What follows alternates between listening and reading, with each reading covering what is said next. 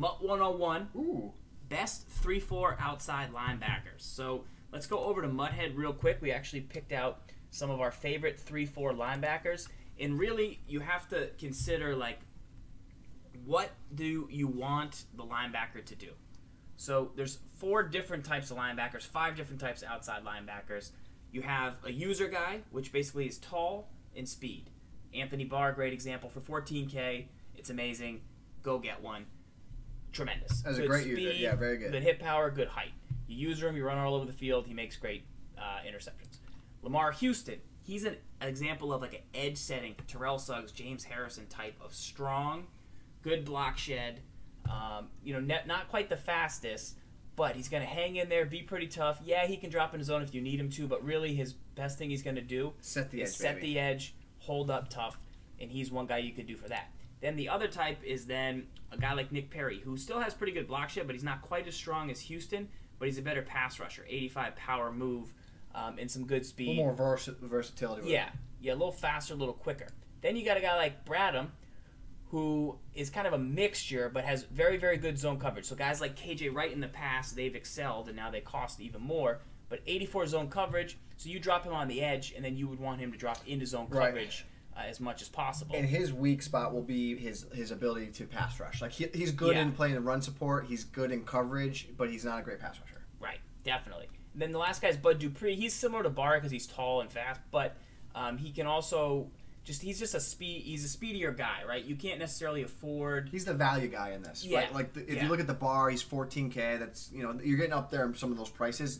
When you look at a guy like Bud Dupree, he can kind of be your user guy for a good value. The other role, and it's not necessarily going to come as much from outside linebacker as it is from middle linebacker with guys like Buchanan, Deion Jones. I think Mark Barron is somewhere in there. Team of the week, TJ Watt's very good. They're speed guys that can play man coverage, so you would man them up. So if you're playing like 2 linebackers and you play man coverage, you'd man one up and you'd user the other. That's a role for that type of player. Telvin Smith is good in that role. Sean Lee's more of a zone guy. You'd have, if you were playing a lot of zone where you're dropping those guys, fanning them out, Bradham would be a guy that would drop into zone. Houston would be a run stuffer. Barr's a user. Perry's a pass rusher. It really depends on the role for your 3-4 lineup, what you want to do with those linebackers. Give me a quick look on Muthead here on Telvin Smith. Just I haven't looked at him yet, and I know I really liked last year.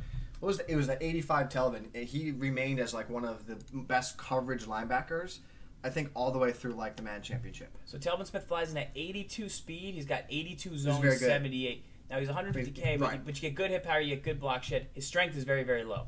So that's kind of the one weakness. But as long as you play him in coverage, you should almost like a Derek Brooks type. That like when you looked at last year, that his base like speed and man coverage. I think his man coverage last year was like 79.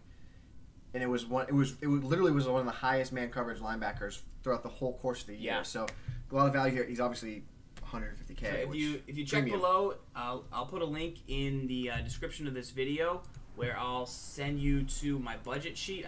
There's a guy in the Giants who's actually pretty decent cover linebacker. There's some good guys on the Seahawks. I think Dewey McDonald.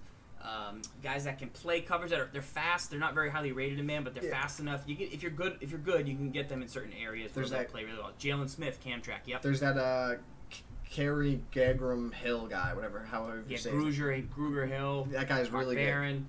Those are some guys that will work for you. So we'll continue to add to our budget sheet as time goes on, but that's some good stuff. Well, real quick. So there's a difference here. So I see Brett Cole in the chat. What up, my guy?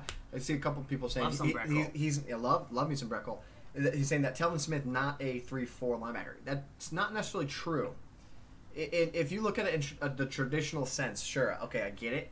But if you look at the way you want how you want to play a 3-4, you could use him for just coverage purpose, never rush him.